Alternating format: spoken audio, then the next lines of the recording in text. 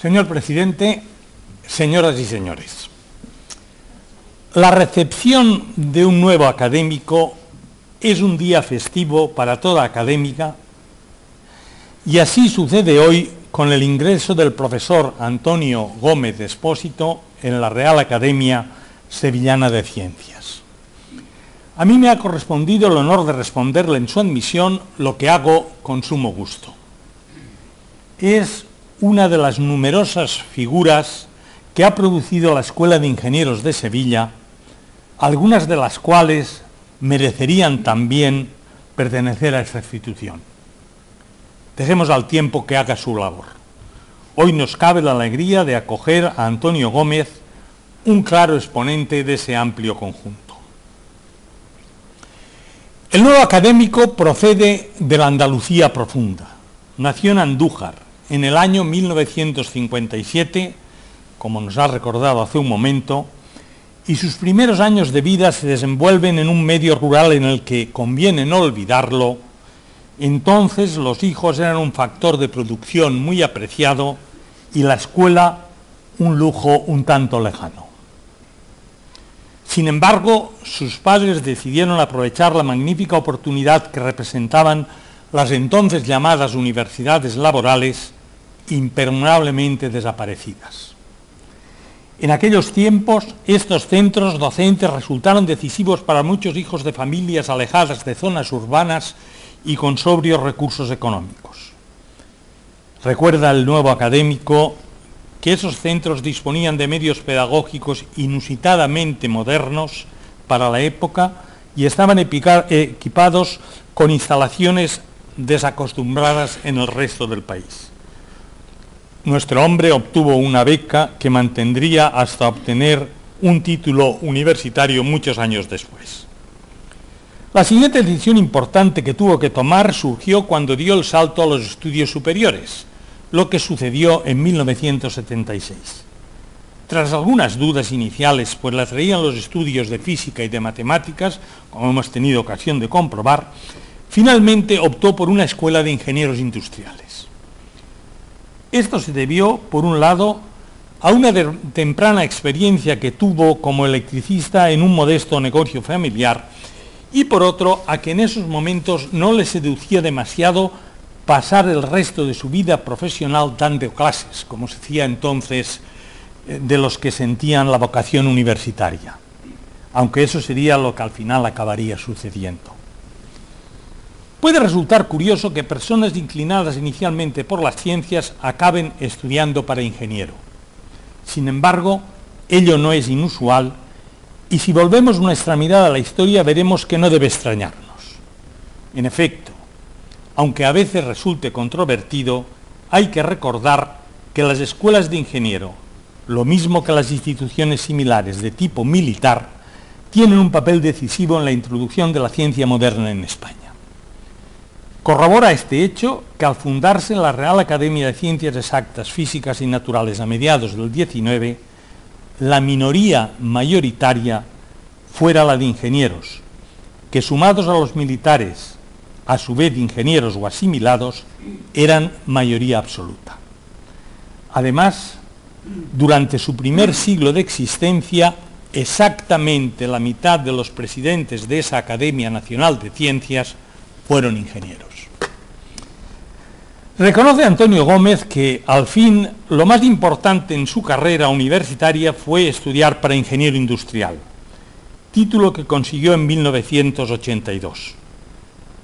Pero también dice que tan fundamental o más que la carrera en sí fue la elección del centro, aunque en su momento le pareció una decisión menor. Pronto se dio cuenta de que al venir a la Escuela de Ingenieros de Sevilla había entrado en un centro muy singular que se encontraba en aquellos momentos en plena ebullición, tanto en la estructura de los planes de estudios como en la plantilla del profesorado. Además, resultó deslumbrado por la calidad de sus profesores, a pesar del elevado nivel de exigencia que los estudios tenían aquellos años. Y por fin, al terminar la carrera, el entonces entusiasta recién titulado tuvo que enfrentarse a la tercera encrucijada de su carrera profesional, puesto que a pesar de su determinación inicial de eludir la dedicación a la escuela y preferir ejercer como ingeniero convencional, trabajando en una empresa productiva, se encontró, mientras realizaba el proyecto fin de carrera, con la posibilidad de ocupar una plaza de ayudante que acababa de quedar vacante en la cátedra de electrónica. Esta plaza llevaba asociada la participación en la ejecución de un simulador informático de redes eléctricas en el marco de lo que fue el primer trabajo de I+D que la Compañía Sevillana de Electricidad, hoy Endesa, había encargado a lo que fue el hoy desglosado Departamento de Automática y Electrónica. Aquel proyecto despertó en el nuevo académico el gusanillo de la investigación ingenieril y decidió que, como poco, debería quedarse unos años más en la escuela para realizar la tesis doctoral y de paso dar tiempo a que mejorase el mercado laboral, que en aquellos tiempos estaba también muy alicaído. Las crisis, como las plagas periódicas de Egipto, no se distinguen por su originalidad, aunque hay crisis y crisis. Cuando el nuevo académico empezó su andadura como investigador y docente, la ingeniería eléctrica se percibía como un área vetusta y casi pasada de moda, sin aparentes posibilidades de encontrar nada nuevo ni atrayente en ella, y por tanto era desdeñada por los investigadores que buscaban campos más prometedores en los que obtener resultados que condujesen a las ansiadas y promocionadoras publicaciones.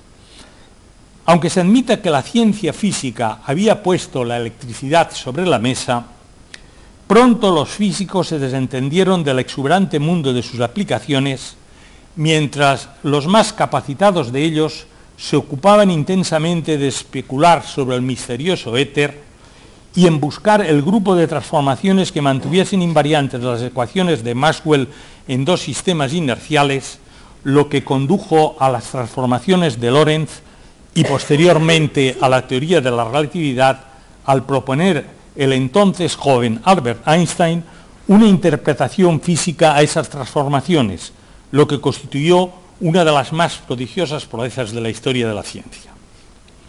Pero, por otra parte, fueron los ingenieros los que desarrollaron autónomamente tanto los múltiples artefactos eléctricos que forman el electrificado mundo artificial en el que vivimos, como los conocimientos necesarios para concebirlos y elaborarlos, en particular el prolífico e insólito mundo de la corriente alterna. Entre ellos destaca el genio del croata Nikola Tesla, uno de los más portentosos ingenieros que han conocido de los tiempos, el cual fue capaz de concebir máquinas con las que nos encontramos todos los días en nuestro mundo artificial, con el añadido adicional de que esos artefactos los concebía en su mente sin recurrir al papel. Además, en sus escritos, que hoy acaso clasificaríamos como científicos, no he visto ni una sola expresión matemática, y pese a ello, sus máquinas revolucionaron la vida moderna. En todo caso, los ingenieros no se limitaron a aplicar los limitados conocimientos sobre la electricidad que había desvelado la ciencia física, sino que se auxiliaron de ellos, en su caso, para generar otros nuevos y producir los asombrosos, originales e ingeniosos artificios de orden utilitario que han delimitado el correspondiente ámbito de actividad de la ingeniería eléctrica. Pues eso es precisamente lo que caracteriza la actuación de los ingenieros, cuya capacidad se juzga por su capacidad para hacer cosas bien definidas, que no existían en el mundo natural, en busca de lo útil, ventajoso y económico. En este contexto procede recordar lo dicho por Edison con respecto al largo proceso por el que llegó al descubrimiento del filamento de bambú carbonado. Decía, no es que fracasase, sino que encontré 10.000 maneras distintas que no funcionaban. Por eso, cuando se afirma con ligereza que la iluminación es una aplicación trivial de la electricidad, esa declaración hay que tomarla con obvias reservas. Embebido de todo ello, sobre todo tras el doctorado que leyó en 1985, los intereses del académico que hoy acogemos fueron acercándose paulatinamente al fascinante mundo de las redes eléctricas, con el atractivo adicional de que esa aproximación le permitió satisfacer su gran atracción por la matemática, como hemos visto, por lo que voy a dedicar un momento a esta rama de la ciencia de tanto interés para la ingeniería. De hecho, la técnica y la ingeniería modernas, lo mismo que la ciencia física, son inconcebibles sin el concurso de las matemáticas, que surgieron en la antigüedad para facilitar determinadas actividades utilitarias, como la contabilidad o la delimitación de superficies, para lo que se concibieron los números y las figuras geométricas, respectivamente, los cuales se convirtieron posteriormente en objetos abstractos cuyas fascinantes propiedades generales dieron lugar a lo que hoy conocemos como matemáticas. En efecto, los matemáticos de la antigüedad, una emergente clase de sabios, pronto se dedicaron a estudiar esos entes inmateriales fuera del contexto meramente utilitario, con el objetivo principal de saciar el especial placer que producía el conocimiento de las maravillosas e inmaculadas propiedades de esos objetos, a los que incluso asociaron cualidades espirituales y religiosas. Al considerar las matemáticas como una rama de la ciencia, se produce una inevitable ambigüedad, pues las matemáticas no cabe considerarlas propiamente como saberes depurados del mundo natural. En realidad, las ciencias de ese mundo y las matemáticas son bastante diferentes. Las ciencias de lo natural describen el universo tal como lo percibimos y están basadas, en último extremo, en la observación y la experimentación. Las leyes naturales que rigen nuestro universo se determinan empíricamente y se las enuncia como principios que no son susceptibles de demostración lógica, sino exclusivamente de verificación experimental. Por su parte, las matemáticas, aunque en el mundo antiguo hubiesen pretendido describir también la propia naturaleza, en tiempos modernos se ha comprendido que son independientes del mundo físico en el que nos desenvolvemos. Sus teoremas, como las propiedades de los números enteros o de las figuras geométricas, no dependen de la naturaleza particular de los objetos que pueblan el mundo natural, sino que aspiran a ser verdaderas en cualquier universo concebible. El teorema de Pitágoras tiene más de 2500 años de existencia y seguirá verificándose con exactitud en cualquier tiempo o lugar, siempre que se cumplan los axiomas de la geometría euclidiana. Las matemáticas no solo están detrás de muchos procedimientos para resolver problemas de ingeniería, sino también para la misma concepción de lo que proyectan los ingenieros. El mundo de las matemáticas es un mundo ideal formado de formas dotadas de una exclusiva perfección que las distingue del mundo físico, pero que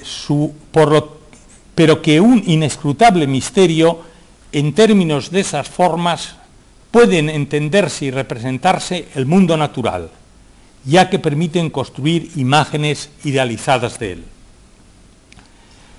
Cuando se consigue un modelo matemático efectivo, acaso podríamos decir un retrato depurado y abstracto de algo existente en el mundo o que se pretende producir, lo que se hace es beneficiarse de la fructífera comprensión que podemos alcanzar los humanos mediante las formalizaciones matemáticas y de su poderoso uso posterior para hacer predicciones y cálculos.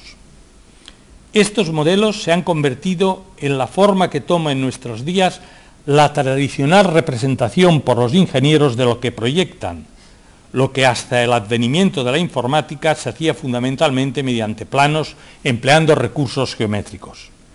Las limitaciones de esas prácticas gráficas eran patentes, pues se restringían a lo bidimensional y a lo estático, lo que obligaba a los ingenieros a desplegar un desbordante ingenio para sus propósitos representativos.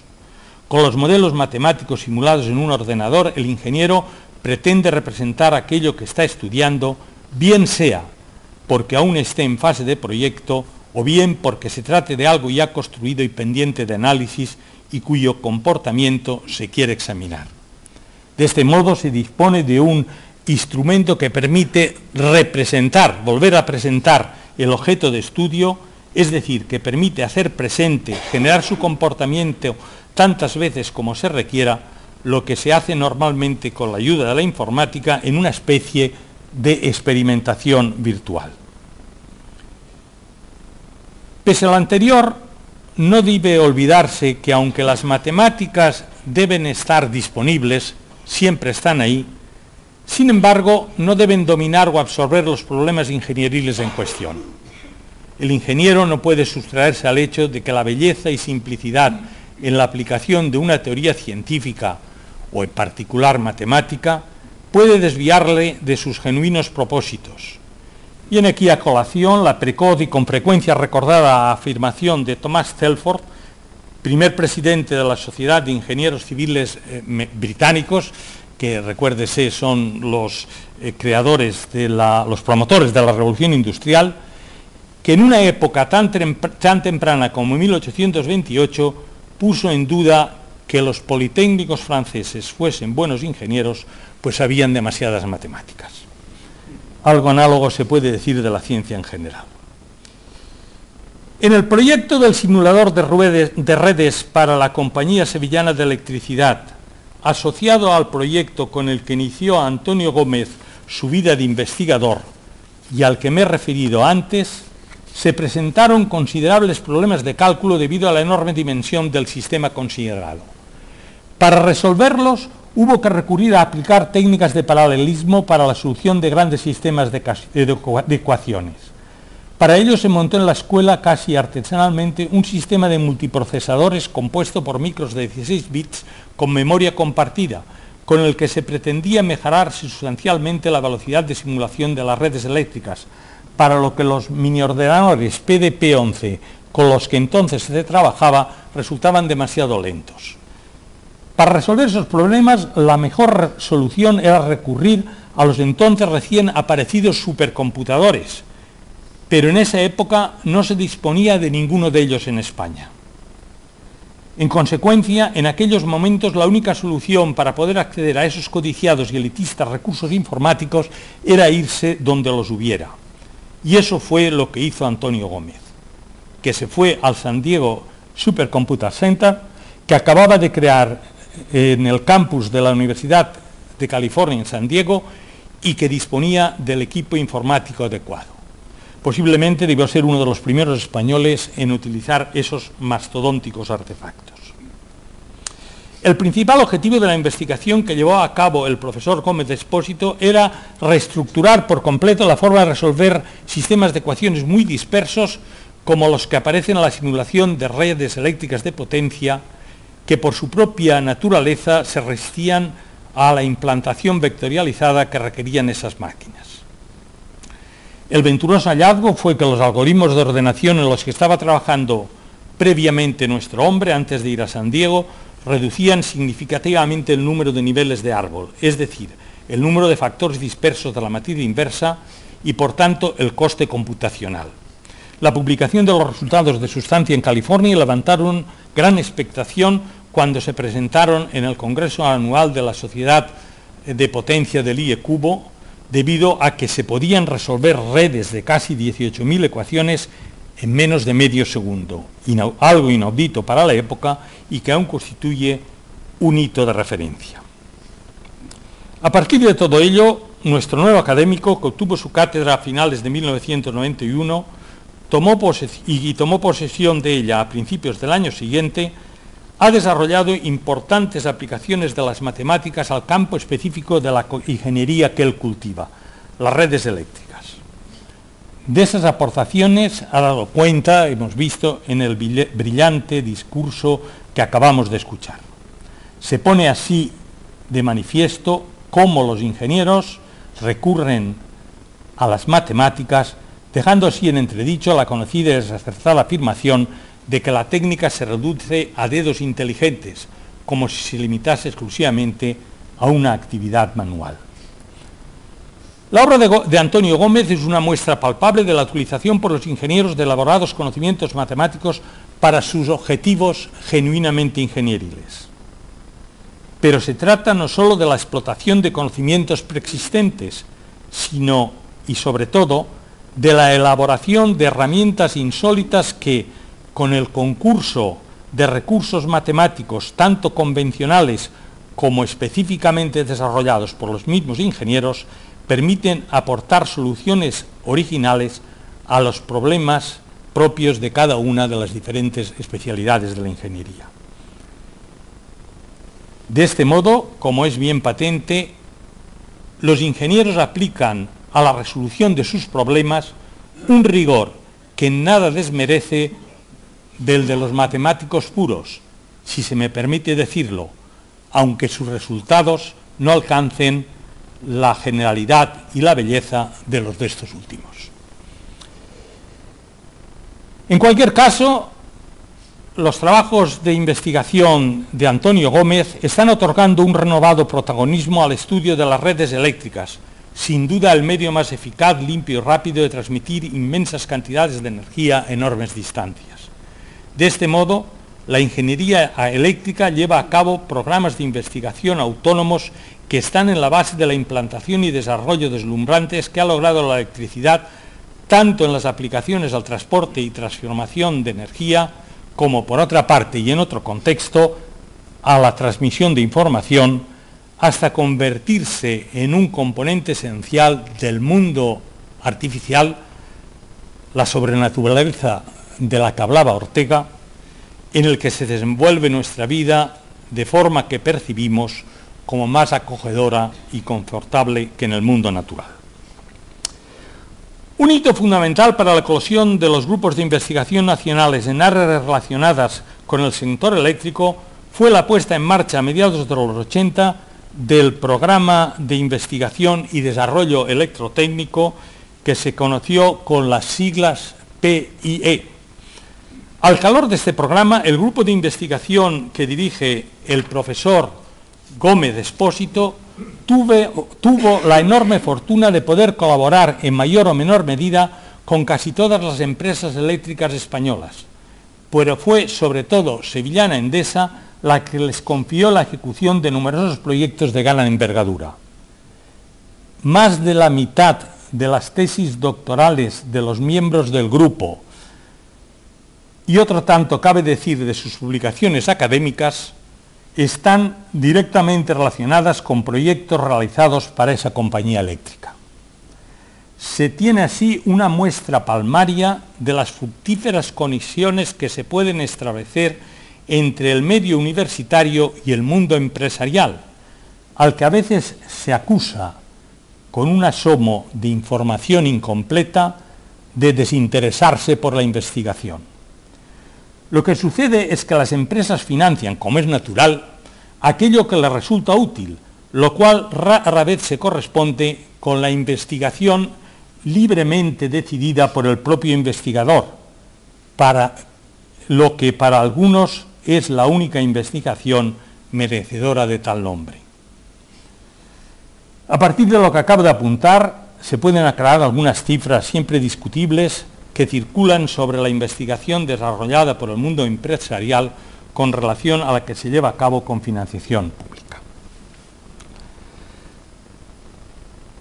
Los trabajos de nuestro hombre han obtenido múltiples reconocimientos, entre los que cabe citar como más destacados el Premio Ciudad de Sevilla a proyectos de investigación sobre temas energéticos en 2005, el Premio de Investigación Javier Benjumea Puigcerver en 2011, el mismo año el Premio Andalucía de Investigación Juan López de Peñalver y también el Premio Fama de la Universidad de Sevilla, y por último la insignia de oro de la Asociación Española para el Desarrollo de la Ingeniería Eléctrica en 2013. Además, desde 2005 pertenece al restrictivo club de los Fellows del IECubo. En fin, esto es lo que quería decirles respecto a nuestro nuevo flamante académico, al que ahora damos la bienvenida y del que esperamos una brillante participación en las actividades de la Academia, al tiempo que confío en que para él también resulte enriquecedora su presencia entre nosotros. Muchas gracias.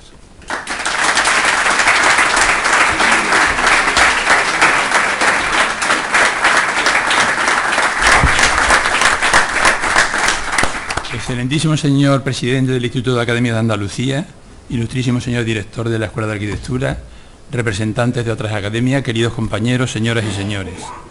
En el día de hoy hemos recibido la noticia de que Su Majestad el Rey ha abdicado. Pienso que, como presidente de esta academia, que tiene su denominación de Real, debía pronunciar unas palabras sobre el tema. Por Real Decreto 102/1985, de 15 de mayo, de la Junta de Andalucía, se creó la Academia Sevillana de Ciencias. El 29 de abril de 1991, a petición de esta academia, el jefe de la Casa Real, en nombre de Su Majestad el Rey, le comunicó la concesión del título de Real, con lo que pasó a denominarse desde entonces Real Academia Sevillana de Ciencias. Entiendo que el hecho de que esta academia siga llamándose Real y que nunca ningún miembro haya cuestionado ese nombre indica la tácita aceptación hacia la persona de Su Majestad el Rey.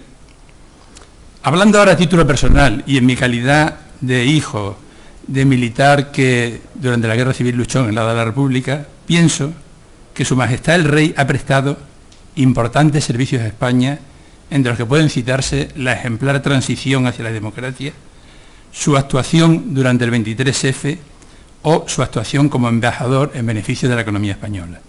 Esta academia no puede sino respetar su decisión de abdicar, para la que hay que suponer que ha tenido sus razones. Esta academia no puede sino desear a su sucesor, el príncipe don Felipe, toda la suerte del mundo, con la seguridad de que la va a necesitar y de que dicha suerte redundará en beneficio de España. La Real Academia Sevillana de Ciencias tiene 6 secciones. Cada sección puede tener un máximo de 8 académicos numerarios. En el momento actual, la sección de Ciencias de la Tierra tiene 5, la de Química, Física, Matemáticas y Tecnología 6, con el nuevo académico, al que hemos dado la bienvenida, y esta sección tiene además un académico electo que ya ha entregado su discurso de bienvenida y que está por ahí sentado. Solo la sección de Biología, que estaba cubierta, tiene actualmente 7 académicos numerarios, porque un académico numerario ha pasado a supernumerario. Esto hace un total de 36 académicos numerarios frente a un máximo posible de 48. Tenemos además 2 académicos numerarios que han solicitado su pase a supernumerario, pues ya no participan en las actividades de la academia, y otro que debería pasar a esa categoría. El hecho de no estar cubierta todas las plazas es debido al exquisito cuidado que se ha tenido en la elección, lo que se demuestra con la gran cantidad de premios obtenidos por nuestros académicos, y vemos que también con el nuevo académico, de acuerdo con lo que ha leído el profesor Aracil. La semana pasada, quiero citar que nuestro académico de honor, Abelino Corma, Cano, ha sido galardonado con el Premio Príncipe de Asturias de Investigación Científica y Técnica. Abelino Corma tiene un índice de Hirsch de 108 y 1099 publicaciones en la Easy Web of Knowledge, y es nuestro segundo Premio Príncipe de Asturias. Por si alguien no está familiarizado con lo que es el índice de Hirsch, lo voy a recordar. Si se ordenan las publicaciones de un científico en orden decreciente de citas, el índice de Hirsch, es decir, el 108, quiere decir que la publicación que hace el número 108, en orden decreciente de citas, tiene 108 citas. Esto indica que realmente es una cosa verdaderamente extraordinaria. Sin llegar a este nivel inalcanzable, pienso que en algunas secciones de nuestra academia se deberían tantear nuevas propuestas, ya que existen personas para ocupar estas plazas. En todas mis intervenciones hablo sobre la escasez que rodea a la investigación. Hoy quiero lanzar un mensaje de esperanza. No es verdad que sea esta la mayor crisis que ha padecido España. Yo he conocido las cartillas de racionamiento, incluso a gente que vendía su cartilla de racionamiento para poder comer. Sin que esto signifique renunciar a las reivindicaciones, siguen existiendo caminos para conseguir fondos para investigar y se siguen dando premios de investigación, lo que indica que hay mucha gente que, aunque sea heroicamente, sigue investigando. Sé de buena fuente que a Abelino Corma también le han llegado los recortes y ha tenido que recortar algunos programas. Pero la fe mueve montaña. Santiago Ramón y Cajal fue médico militar en Cuba y parte de los ahorros de su estancia en Cuba fueron las bases financieras que le permitieron a Cajal adquirir hacia 1878 un microscopio, un microctomo reactivos químicas y colorantes, con los que a su regreso habilitó un modesto laboratorio en el que iniciaría las investigaciones histológicas. Esta fue la palanca que le permitió ganar en 1906 el Premio Nobel de Medicina por descubrir los mecanismos que gobiernan la morfología y los procesos conectivos de las células nerviosas. Es para mí una gran satisfacción el haber presidido la toma de posesión de Antonio Gómez Expósito, con quien creo que hemos tenido un pleno acierto. Sus méritos ya los ha expuesto Javier Aracil. Solo añadiré que tiene un índice de Higgs de 22, lo que es absolutamente extraordinario en tecnología, y 136 publicaciones en Scopus. Además, su disposición es excelente y desde su etapa de electo ha participado en gestiones de esta academia y espero que continúe en este sentido. Esperamos mucho de él. Ya llevo muy avanzado el libro Seeing Further, que me regaló y que es una historia de la Royal Society. Es posible que el regalo sea una insinuación sobre el camino que debe seguir nuestra academia, que sería tender de forma asintótica a la curva de la Royal Society, a la que por supuesto nunca alcanzaremos. Solo me queda señalar que el tema del pabellón de la academia está en vías de franca solución si no se ponen más trabas. Hace un rato estaba por ahí el vicerrector de transferencias, que veo que se ha marchado, que es con el que vamos a colaborar en este sentido, y que es la primera etapa para acercarnos a la asíntota de la Royal Society.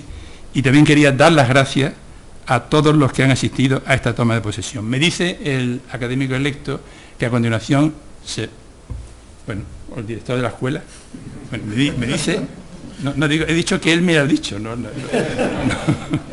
En fin, parece ser que el director de la escuela nos va a dar una copa y solo queda decir que queda cerrado el acto.